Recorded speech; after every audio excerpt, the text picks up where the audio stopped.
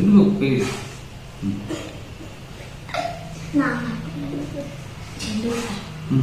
ಇನ್ನೊಂದು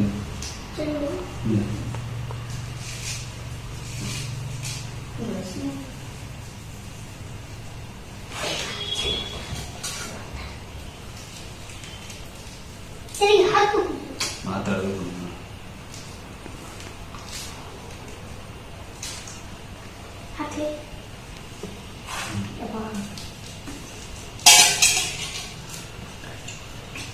ತ್ರಾಸ ಕೊಡ್ತೀನಿ ಭಾಳ ತ್ರಾಸ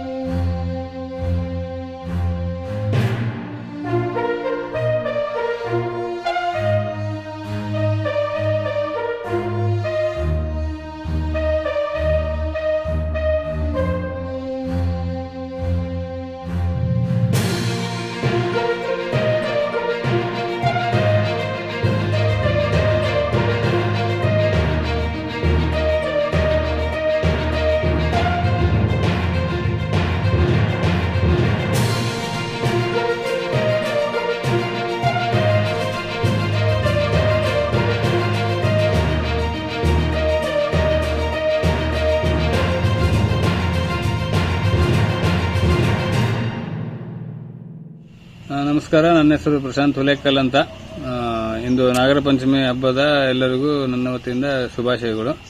ನಾವು ಪ್ರತಿ ವರ್ಷ ನಾಗರ ಪಂಚಮಿಯಂದು ನಿಜವಾದ ಹಾವಿಗೆ ಪೂಜೆ ಮಾಡ್ತೀವಿ. ಕಾರಣ ನಾನು ಒಂದು ಸ್ನೇಕ್ ರೆಸ್ಕ್ಯೂರ್ ಆದ್ರಿಂದ ದಿವಸ ಬೆಳಗ್ಗೆ ಆದ್ರೆ ನಾವು ಹಾವು ಅಂದ್ರೆ ಎದುರ ಬದ್ರ ಆಗೋದು ತುಂಬಾ ಇರ್ತದೆ. ನಾನು ಹಾವನ್ನು ನೋಡ್ಬೇಕು, ಹಾವು ನನ್ನ ಕೈಯಲ್ಲಿ ಸಿಗಬೇಕು, ನಾನು ಅದನ್ನು ಕಾಡಿಗೆ ಬಿಡಬೇಕು, ಅದೇ ನಮ್ದು ವೃತ್ತಿ. ಹಾಗಾಗಿ ಯಾಕಂದ್ರೆ ಹಾವಿಗೆ ನಾನು ಒಂದು ಈ ವರ್ಷದ ಒಂದು ನಾಗರ ಪಂಚಮಿ ದಿನದಂದು ಒಂದು ಸನ್ಮಾನಕ್ಕಾಗಿ ಅಥವಾ ಒಂದು ಮರ್ಯಾದೆಗಾಗಿ ಅಥವಾ ಒಂದು ಭಕ್ತಿಯಿಂದ ಹಾವನ್ನ ಪೂಜೆ ಮಾಡ್ತೀನಿ, ನಿಜವಾದ ಹಾವಿಗೆ. ಮತ್ತು ಈ ಜನರಿಗೂ ಹಾವಿನ ಬಗ್ಗೆ ಒಂದು